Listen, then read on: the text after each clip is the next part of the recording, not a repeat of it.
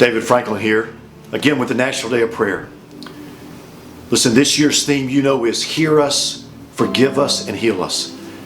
And I want to encourage you to think like this. On the National Day of Prayer, all across Georgia, from every community, from your community where you're working, across Georgia, across the nation, 44,000 plus events, we're going to be calling out to God. God, hear us. Hear the cry of your people.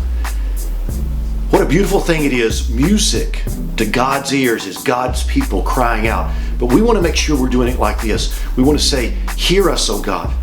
Because in Psalms, 6 times depending upon your translation, God says He inclines His ear to hear us. So with confidence, we're going to be calling out and crying out to God.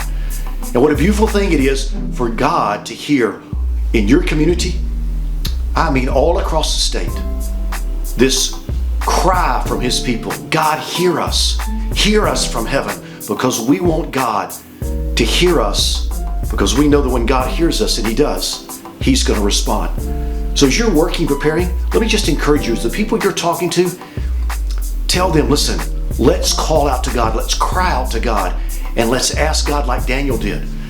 In Daniel 9:19, where the condition of the people, the condition that he was in, he said, "Oh Lord, hear." And that's our prayer this year on the National Day of Prayer.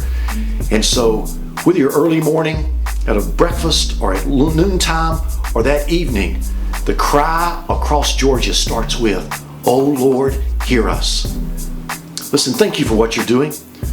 God is going to hear and answer prayer this year in a special way.